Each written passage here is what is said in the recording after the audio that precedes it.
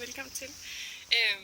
I dag er det ude på hestefarmen, og det jeg har lyst til at dele med dig i dag, det er, at jeg har fundet ud af i løbet af min dag, hvor jeg har undervist en masse ryttere, at der er stor forskel på, hvordan vi kommunikerer med vores hest. Altså om vi kræver af vores hest, at den skal gøre det, vi beder den om, eller om vi spørger den, om den har lyst til at samarbejde med os.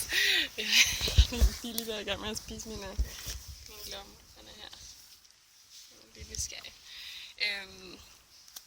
Så det jeg har fundet ud af, det er, at hvis vi spørger vores hest stille og roligt med vores signal og er høflige i vores signalgivning, at så vil de fleste heste gerne samarbejde. De fleste heste vil rigtig gerne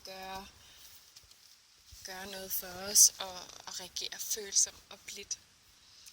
Hvor at hvis vi ligesom har den her mentalitet omkring, at min hest skal gøre det, fordi jeg siger det, så bliver vi sådan lidt krævende i vores attitude og i vores energi, og det kan godt påvirke hesten til at stive op imod det og have en modstand. Og faktisk nogle gange så det, at vi bliver krævende, det gør, at hesten den samarbejder og gør, hvad vi siger,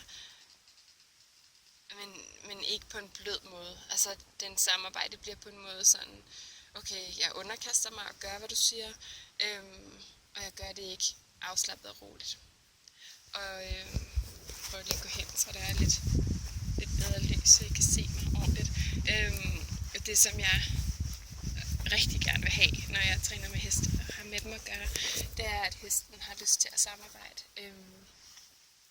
Og at den kan blive ved med at være rolig. Altså, at lige meget hvad jeg gør, så bliver hesten ikke stresset eller bekymret. Så er den stille og rolig og nyder at være sammen med mig. Fordi jeg synes ikke, at hesten skal blive bekymret, fordi jeg beder den om noget, som jeg godt kunne tænke mig.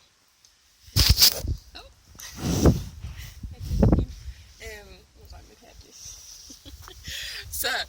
Så det er faktisk enormt vigtigt, hvordan vi giver signaler, altså og hvordan vi snakker til vores hest. Lige meget hvad det er, vi beder den om, så er det faktisk enormt vigtigt, at vi beder den om det på en blid og en gelinde måde.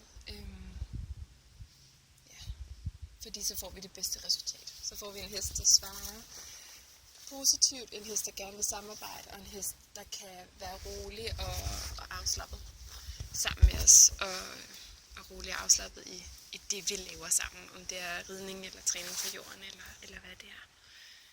Ja, så tak fordi du lyttede med. Hej.